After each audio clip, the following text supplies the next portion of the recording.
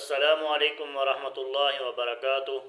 اللہم صلی علی محمد النبی الامی وعلی آلہ وسلم تسلیما۔ اعوذ باللہ من الشیطان الرجیم، بسم اللہ الرحمن الرحیم۔ وَأَنَّ الْمَسَاجِدَ لِلَّهِ فَلَا تَدْعُوا مَعَ اللَّهِ أَحَدًا۔ صدق اللہ العظیم۔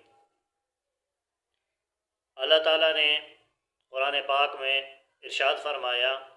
کہ مساجد اللہ ہی کے لیے ہیں، یعنی میرے لیے ہیں، یعنی میں ہی ان کا مالک ہوں۔ فَلَا تَدْعُوا مَعَ اللَّهِ أَحَدًا، میرے سوا میرے گھر میں کسی اور کو نہ پکارو، یعنی اللہ تعالیٰ کے علاوہ کسی اور کی بندگی نہ کرو۔ یعنی شرک کرنا، کسی کو پوجنا، یہ تو مسجد سے باہر بھی حرام ہے، ناجائز ہے، تو مسجد کے اندر بطریق اولا زیادہ ناجائز ہے اور زیادہ حرام ہے، اس کی زیادہ ممانعت آئی ہے مسجد کے اندر اس طرح کا کام کرنا۔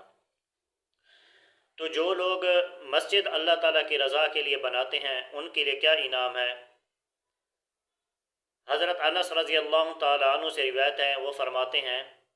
کہ رسول کریم صلی اللہ علیہ وسلم نے فرمایا، جو شخص مسجد بنائے اللہ تعالیٰ کے لیے، اللہ تعالیٰ کی رضا کے لیے، تو اللہ تعالیٰ اس کے لیے جنت کے اندر گھر بنائے گا۔ اور حضرت عائشہ رضی اللہ تعالیٰ عنہ سے روایت ہے، وہ فرماتی ہیں کہ رسول کریم صلی اللہ علیہ وسلم نے حکم دیا کہ مساجد کو محلوں میں بنایا جائے اور ان کو خوشبودار اور صاف ستھرا رکھا جائے۔ تو اس حدیث سے یہ بھی معلوم ہوتا ہے کہ مسجد کو وہاں بنایا جائے جہاں پر آبادی ہو، جہاں پر ضرورت ہو تو وہاں بنایا جائے۔ اگر ہم وہاں بنائیں گے مساجد کو جہاں پر آبادی ہوگی، محلہ ہوگا، ضرورت ہوگی، تو آگے والی جو دو چیزیں ہیں وہ تو ان کا خیال رکھنا بھی آسان ہو جائے گا، یعنی اس کو خوشبودار بھی رکھ سکیں گے اور اس کی صاف ستھرائی بھی کر سکیں گے۔ تو پہلی حدیث، اللہ تعالیٰ کی رضا کے لیے گھر بنایا جائے، تو اس کی جو اللہ تعالیٰ کی رضا کے لیے گھر بنائے گا تو اللہ تعالیٰ اس کے لیے جنت کے اندر گھر بنائیں گے۔ تو دوسری روایت جو ہے اس سے یہ ثابت ہوتا ہے کہ گلی محلوں میں جہاں پر آبادی ہو تو مسجد کو وہاں پر بنایا جائے۔ اور اسی طرح حضرت انس رضی اللہ تعالیٰ عنہ سے روایت ہے، وہ فرماتے ہیں کہ رسول کریم صلی اللہ علیہ وسلم نے فرمایا، قیامت والے دن میری امتیوں کی میرے پاس نیکیاں لائی جائیں گی، اور یہاں تک کہ وہ نیکی بھی لائی جائے گی کہ کوئی شخص مسجد میں گیا، وہاں پر تنکا پڑا ہوا تھا، چھوٹا سا تنکا اٹھا کر اس نے مسجد سے باہر اس کو پھینک دیا، یعنی مسجد کو صاف رکھنے کے لیے چھوٹا تنکا اٹھا کے باہر پھینکا، تو وہ نیکی بھی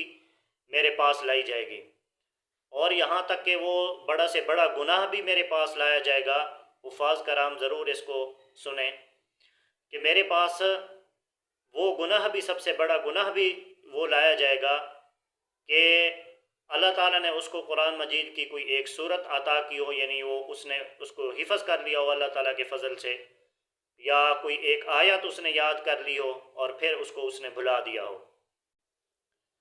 اور اسی طرح ایک اور روایت میں ہے کہ ایک کالے رنگ کی عورت تھی، وہ مسجد کی صاف صفائی کیا کرتی تھی۔ تو ایک دن آپ صلی اللہ علیہ وسلم آئے تو وہ عورت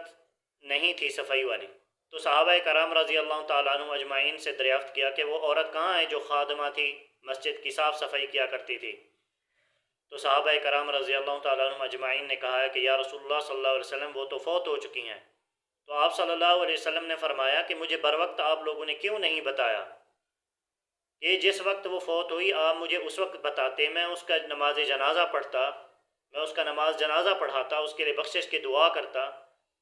تو پھر آپ صلی اللہ علیہ وسلم کچھ صحابہ کرام رضی اللہ تعالیٰ عنہ اجمعین کو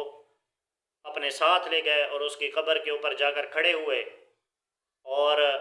اللہ اکبر بولا، اور اس کے بعد اس کے لیے، اس عورت کے لیے دعائے مغفرت کی، اور پھر حضور اکرم صلی اللہ علیہ وسلم واپس آ گئے۔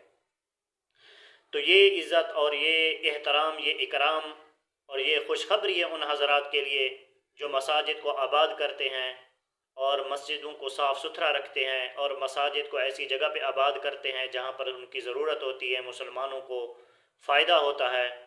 تو رسول کریم صلی اللہ علیہ وسلم نے فرمایا کہ جو مسجد کو آباد کرے گا، جو مسجد کو بنائے گا،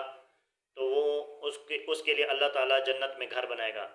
یہاں تک کہ آپ صلی اللہ علیہ وسلم نے ایک حدیث میں یہ بھی فرمایا کہ کوئی اگر چیل کے گھونسلے کے برابر کوئی مسجد بنائے گا یا اس سے بھی کوئی چھوٹی مسجد بنائے گا تو اللہ تعالیٰ اس کے لیے بھی جنت میں گھر بنائے گا۔ اب صاف ظاہر ہے کہ چیل کے کوے کی جتنی کوئی نہ مسجد بناتا ہے نہ اس سے کوئی چھوٹی مسجد بناتا ہے، لیکن یہ اس حدیث کا اس طرف اشارہ ہے کہ آپ کے